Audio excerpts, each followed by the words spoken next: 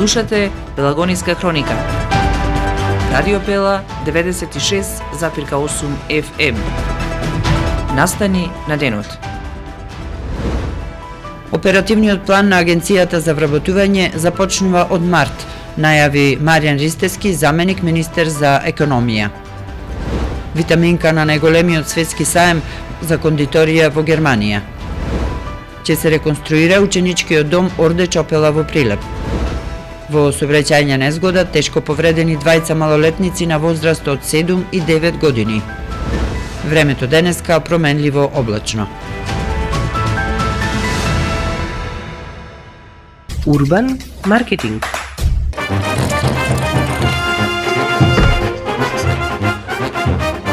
Држи се до кралските манири и уживај во кафана со Крали Марко. Пиво за уживање. Урбан маркетинг.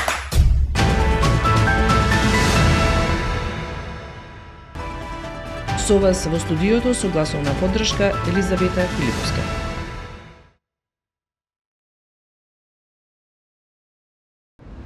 Оперативниот план на Агенцијата за вработување за 2026 ќе започне со реализација од наредниот месец март. Заменик министерот за економија Маријан Ристевски посочи дека оваа година ќе има на располагање 42 милиони евра за мерките за вработување. Поттикот е што минатата година имало историски највисок оперативен план од 40 милиони евра, кој дал позитивни резултати и голем степен на реализација од над 90%. Прво да кажам дека историски највисокиот оперативен план за претходната година во висина од 40 милиони евра даде одлични резултати и голем степен на реализација над 90%.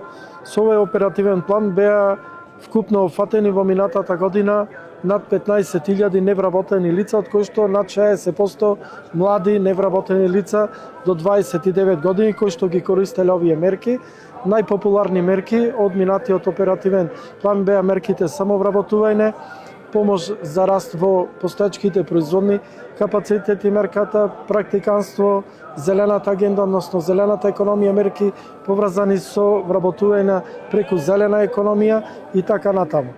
Овој оперативен план ќе има одредени промени.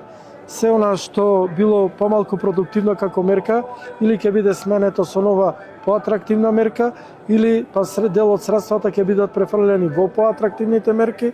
Овој оперативен план ќе биде историски највисок, 42 милиони евра и не како ланската година, ова година ќе биде многу побрзо достапен до интересот на сите невработени граѓани во Македонија, односно ќе биде достапен од март месец.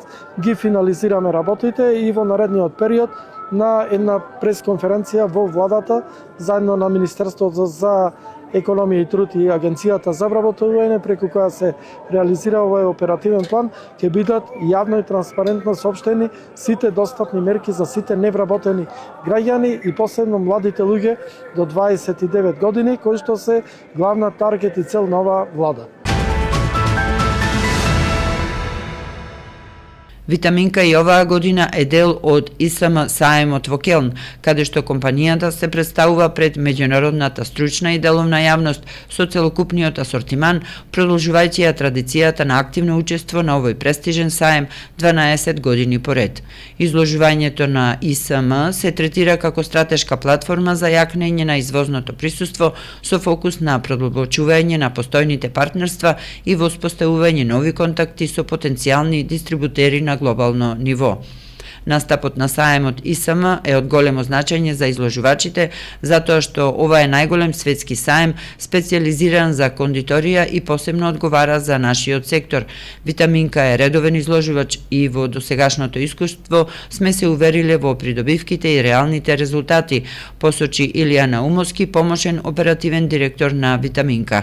Во фокус на годинашното издание на саемот се актуелните технолошки иновации и трендови во кондиторската индустрија, со јасен акцент на потребите на потрошувачите и на развој на производи што одговараат на современите пазарни очекувања.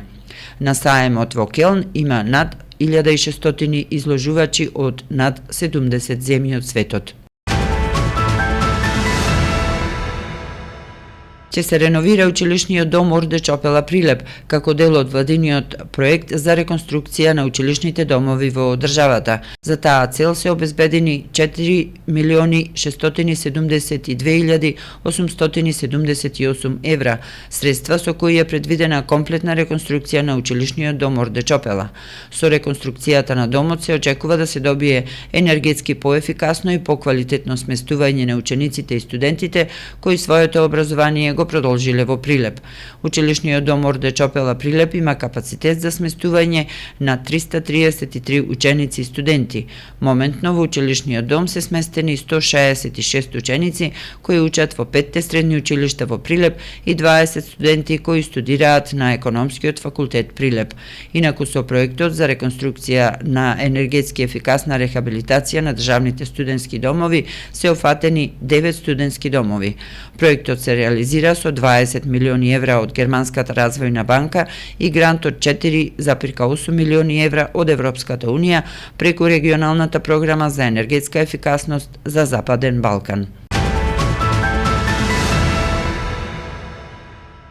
Во сообраќајна незгода тешко повредени двајца малолетници на возраст од 7 и 9 години.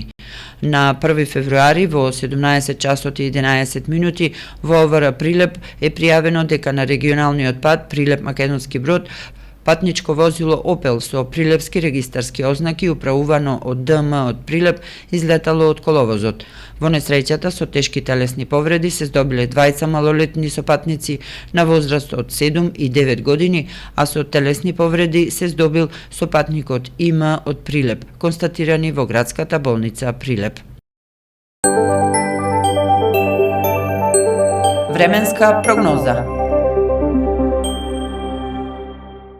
Времето денеска променливо облачно со слаб ветер од променлив правец. Во Прилеп минималната температура се спушти до 0 степени, а максималната достигна до 3 степени. Во следните 2 дена времето ќе биде променливо облачно со сончеви периоди. Нови врнежи од дожд, а на планините снег се очекуваат од среда, кога температурите ќе бидат во пораст. Временска прогноза.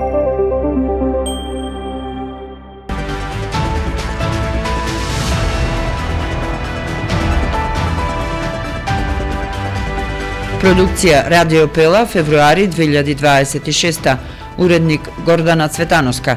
Техничка реализација Никола Димески.